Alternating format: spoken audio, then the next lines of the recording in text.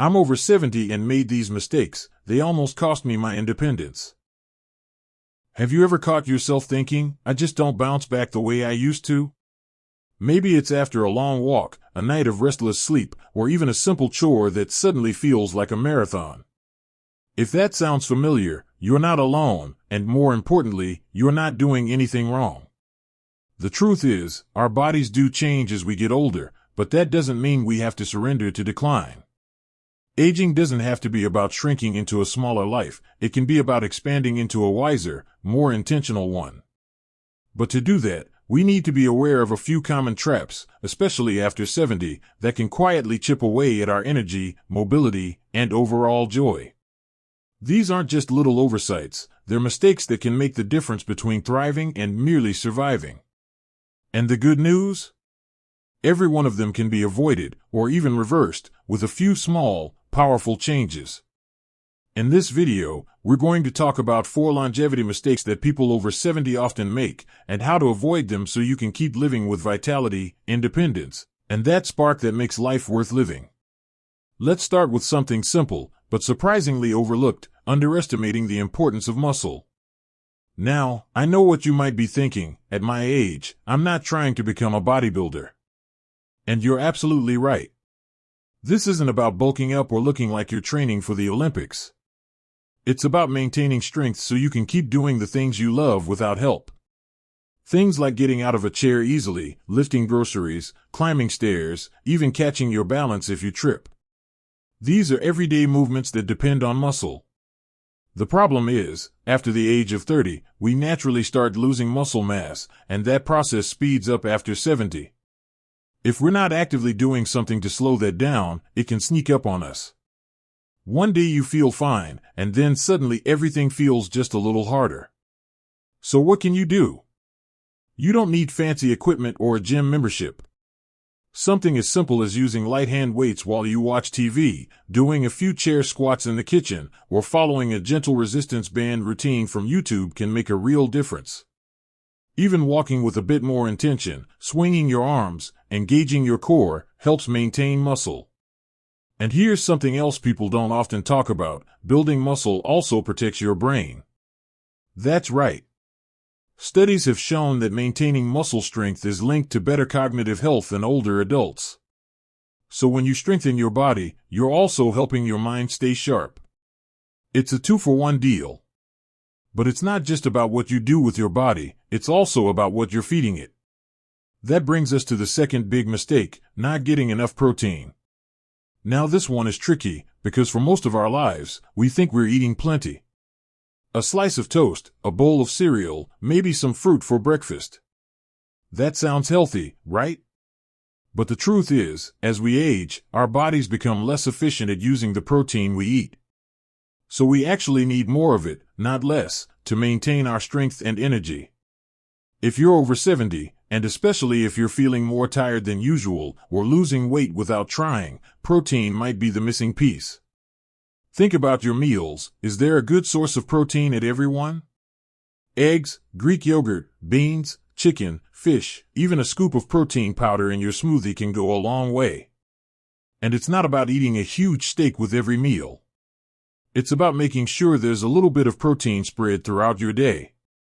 That consistent intake helps repair tissue, support immune function, and, yes, protect that precious muscle we just talked about. Now, I know change can feel overwhelming, especially when you've been eating a certain way for years. But this isn't about overhauling everything. It's about noticing where you might be skimping and gently nudging those habits in a better direction. Maybe you swap your morning toast for some scrambled eggs. Or add a dollop of cottage cheese to your afternoon snack. It's the small shifts that add up. And here's something beautiful: once your body starts getting what it needs, it responds. You might find yourself standing taller, feeling steadier, even sleeping better. That's the body's way of saying, thank you. I've been waiting for this. So often, aging is painted as this slow, unavoidable slide downward. But that's just not true. The body still wants to heal. It still wants to be strong. It still wants to move. We just have to give it the right tools, and that starts with avoiding these silent mistakes. Now that we've covered how muscle loss and low protein can quietly rob you of your strength and energy, let's talk about the next hidden mistake that might be holding you back: hydration, or rather, the lack of it. You'd be surprised how often dehydration sneaks up on folks over 70. And no, I'm not just talking about feeling thirsty after a long walk or on a hot day. I'm talking about that quiet, low-level dehydration that lingers in the background without you even realizing it. The kind that leaves you feeling tired, dizzy, or forgetful, and often gets blamed on just getting older. But here's the truth: as we age, our sense of thirst naturally decreases. Our bodies don't signal dehydration the way they used to. So even if you don't feel thirsty, your body might still be running low on water. That's a dangerous place to be, especially when you consider how much hydration affects your brain, your balance, your joints, even your mood. Think of water like oil in a car. It keeps everything running smoothly. When you're well hydrated, your mind feels clearer. Your digestion works better. Your muscles move with more ease. Even your skin looks more vibrant. But when you're not getting enough, things start to stick and creak and slow down. Now, I know plain water can get boring after a while, and sometimes it just doesn't appeal. But you don't have to stick to plain water all day. Herbal teas, water with a slice of lemon or cucumber, even soups with a good broth can help you stay hydrated. And here's a tip: try sipping small amounts consistently throughout the day, rather than trying to gulp down a big glass all at once. Your body absorbs it more easily that way. Another simple trick is to pair drinking water with something you already do, like taking medications, brushing your teeth, or turning on the TV. It becomes a habit without you even thinking about it. But hydration is just one piece of the puzzle. Let's talk about something that's maybe even more important: isolation. Not the kind that comes from being alone once in a while. I'm talking about the deeper kind of isolation that can slowly take root as we age. When friends move away, loved ones pass on, or it just becomes harder to get out and socialize the way we used to. It happens gradually. One day you skip a lunch invite because you're tired. The next week you cancel plans because your knee's acting up. Before you know it, the calendar starts to look awfully empty, and the silence around the house stretches longer than it should. And here's the thing: loneliness isn't just an emotional issue, it's a physical one. Chronic loneliness has been linked to heart disease, cognitive decline, even a shorter lifespan. In fact, it's been called more dangerous than smoking 15 cigarettes a day. That's how serious it is. But here's the hopeful part: you don't need to have a packed social schedule or dozens of friends to fight isolation. All it takes is meaningful connection. Just one or two people you can talk to, laugh with, or share a moment with during the week can lift your mood and literally change your biology. That connection might come from a neighbor you chat with during a walk, a phone call with a grandchild, a church group, or a weekly card game. And if getting out of the house feels like too much some days, technology can be your bridge. I know, it can be frustrating at first, but once you get the hang of video calls or online groups, it opens up a whole new world. And let me say this: it's never too late to make new connections. One of the most inspiring people I've ever met was a woman who joined a walking group at 82. She hadn't been part of any community activities before that. But one day, she decided she was tired of eating breakfast alone. That one decision led to friendships, energy, and a whole new spark in her step. Sometimes, it really is that simple. So if you've been feeling more alone lately, or if you've gotten used to your own company a little too much, this is your gentle reminder: you were made for connection. We all were. It's not about being busy. It's about being seen, heard, valued. And that never gets old. These small, invisible habits, like neglecting hydration or slipping into isolation, can take a toll over time. But once you shine a light on them, once you become aware, you're already halfway to changing them. It's not about being perfect. It's about noticing what your body and your soul are asking for and responding with care. And remember, it doesn't matter where you're starting from. Whether you've been doing great or feel like you've slipped a bit in recent years, you can always make a new choice. A kinder choice. One that supports a longer, more vibrant life. Because longevity isn't just about adding years, it's about adding life to the years you already have. And that means fueling your body with what it needs, surrounding yourself with warmth and connection, and moving through each day with just a little more intention. Next, let's take a look at another quiet mistake many people over 70 make, one that might be affecting your sleep, your bones, and even your immune system without you realizing it, and that mistake is not getting enough sunlight, or more specifically, not getting enough vitamin D. Now, I know, for years we were all told to avoid the sun. Wear a hat. Stay indoors during the hottest part of the day.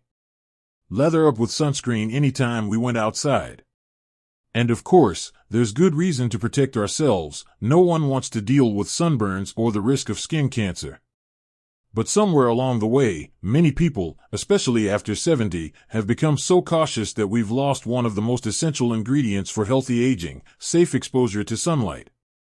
You see, our bodies rely on sunlight to produce vitamin D naturally. And vitamin D is a powerhouse. It helps keep our bones strong, supports our immune system, boosts mood, and even plays a role in preventing chronic conditions like osteoporosis and certain types of cancer. It also helps with balance and muscle strength, which can lower your risk of falling, something that becomes increasingly important with age. But here's the catch: as we get older, our skin becomes less efficient at producing vitamin D, even when we do get sunlight. So if you're not spending time outside regularly, or if you're always covered up when you are, there's a good chance your vitamin D levels are lower than they should be, and you might not even know it. Symptoms of low vitamin D can be subtle: fatigue, frequent illness, bone aches, or just that general blah feeling that's hard to explain. Many people chalk it up to aging, but it might actually be a deficiency. So what can you do?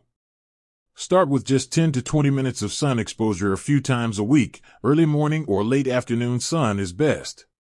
Let the light hit your arms and face if possible, without sunscreen for just those few minutes, and then cover up or go back inside if needed. And of course, always follow your doctor's advice if you have any specific skin conditions or concerns. You can also talk to your doctor about getting your vitamin D levels checked. If they're low, a supplement might be recommended, and that simple addition can make a world of difference in how you feel day to day. And while we're talking about subtle, often overlooked mistakes, let's touch on one more that can quietly creep into your daily life after 70, sticking to a routine that's too rigid. Now don't get me wrong, a good routine can be comforting. Knowing when you'll wake up, have breakfast, take a walk, or settle in for a favorite TV show can bring a sense of peace and stability. But when every day looks exactly the same, and there's no room for spontaneity, adventure, or even just a little curiosity, life starts to shrink. The brain loves novelty. New experiences, new sights, new conversations, these keep your mind active, your spirits lifted, and your days feeling meaningful.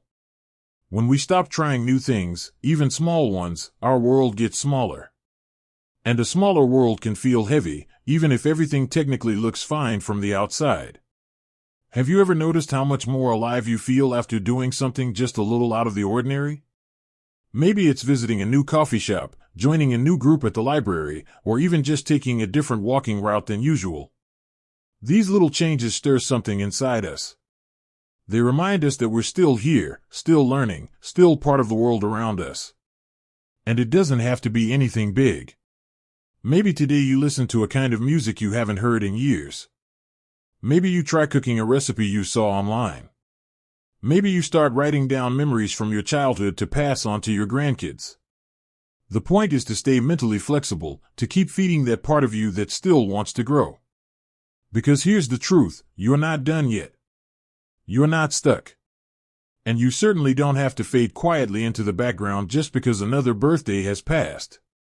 There is still room for joy, for laughter, for connection, and yes, even for surprise. So let's take a moment to reflect. Maybe today you realized you've been skipping protein without noticing. Or maybe hydration hasn't been top of mind. Maybe you saw a little bit of yourself in the quiet loneliness we talked about. Or maybe you're thinking, I really could use a little more sunshine and a little less routine. That's okay. Awareness is the first step toward change. And the beautiful thing about being where you are in life right now is that you've got the wisdom to know what matters and the freedom to focus on it. You've earned that.